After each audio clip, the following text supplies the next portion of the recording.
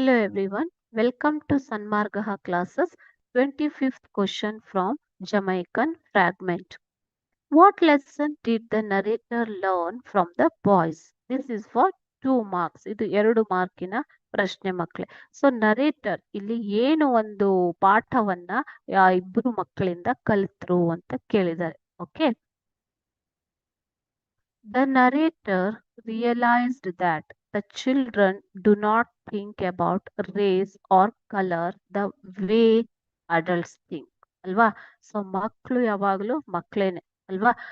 ಮಕ್ಕಳು ದೊಡ್ಡವರು ನಾವೇನ್ ಯೋಚನೆ ಮಾಡ್ತೀವೋ ಆ ತರ ಯೋಚನೆ ಮಾಡೋದಿಲ್ಲ. The kids do not think about the race ಅಂತಂದ್ರೆ ಏನು ಮಕ್ಕಳೇ? ಇಲ್ಲಿ ಭೇದ ಭಾವ, ವರ್ಣಭೇದ. ಓಕೆನಾ? ಸೊ ಅದರ ಬಗ್ಗೆ ರೇಸ್ ಆರ್ ಕಲರ್ ಯಾವುದೇ ರೀತಿಯ ಭೇದ ಅಥವಾ ಬಣ್ಣದ ಬಗ್ಗೆ ಅವರು ಯೋಚನೆನೆ ಮಾಡೋದಿಲ್ಲ ಅಲ್ವಾ? ನೀವು ನೋಡಿರ್ತೀರ, ಶ್ರೀಮಂತರ ಮಕ್ಕಳಿರ್ಬೋದು ಅಥವಾ ಬಡವರ ಮಕ್ಕಳಿರ್ಬೋದು, ಯಾವುದೇ ಜಾತಿಯ ಮಕ್ಕಳು ಇರ್ಬೋದು, ಒಟ್ಟಿಗೆ ಆಟ ಆಡ್ತಾರೆ ಅಲ್ವಾ ಮಕ್ಕಳೇ? And as the adults do and that his earlier assumptions were wrong. ಮೊದಲು ಏನ್ ಅವರು ಅಂದ್ಕೊಂಡಿದ್ರು, ಅಸಂಪ್ಷನ್ ಅಂತಂದ್ರೇನು? ಅವರ ಊಹೆ.